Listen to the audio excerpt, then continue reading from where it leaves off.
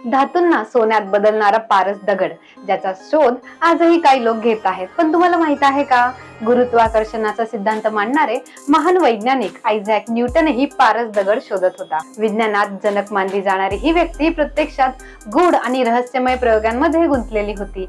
Isaac Newton यांनी गुरुत्वाकर्षणाचा सिद्धांत मांडला, प्रकाशशास्त्रावर महत्वाचे प्रयोग केले आणि गणितात कलनशास्त्र म्हणजेच कॅल्क्युलस विकसित केले. इतिहासकारांच्या मते न्यूटनच्या या अल्केमी प्रयोगाचा प्रभाव त्यांच्या प्रकाशशास्त्र संशोधनावरही पडला असावा. त्यांच्या आयुष्याचा भाग असा आहे जो अनेक वर्षे जगापासून लपून ठेवलेला होता.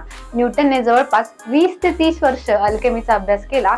अल्केमी हे एक प्राचीन अर्धवैज्ञानिक आणि तात्विक परंपरा आहे, जिचा उद्देश तांब्यासारख्या सामान्य धातूंना सोन्यात रूपांतरित करणे हा होता. यालाच फिलॉसॉफर स्टोन असेही म्हणतात. अल्केमीच्या प्रयोगातूनच आधुनिक रसायनशास्त्राचा म्हणजेच केमिस्ट्रीचा विकास झाला असे म्हटले जाते. न्यूटनने आपले अल्केमीवरील संशोधन खूप गुप्त ठेवले होते, कारण त्यांना वाटत होते की ही माहिती चुकीच्या लोकांच्या हातात जाऊ नये. अल्केमीवरील लिखाण समजणे खूप अवघडही होते, कारण त्यामध्ये थेट वैज्ञानिक भाषा नव्हती. त्यामध्ये रूपके आणि कोडनेम वापरली जात होती. उदाहरणार्थ ग्रीन ड्रॅगन यांसारख्या शब्दांचा वापर करून खरे अर्थ लपवले जात होते. 1936 मध्ये प्रसिद्ध अर्थतज्ञ जॉन मेनार्ड केन्स यांनी न्यूटनची अनेक खासगी कागदपत्रे लिलावातून विकत घेतली. ती वाचल्यानंतर त्यांनी न्यूटन हा पहिला आधुनिक वैज्ञानिक नव्हता, तर जादूगारांच्या परंपरेतील शेवटचा व्यक्ती होता असे प्रसिद्ध विधान केले होते.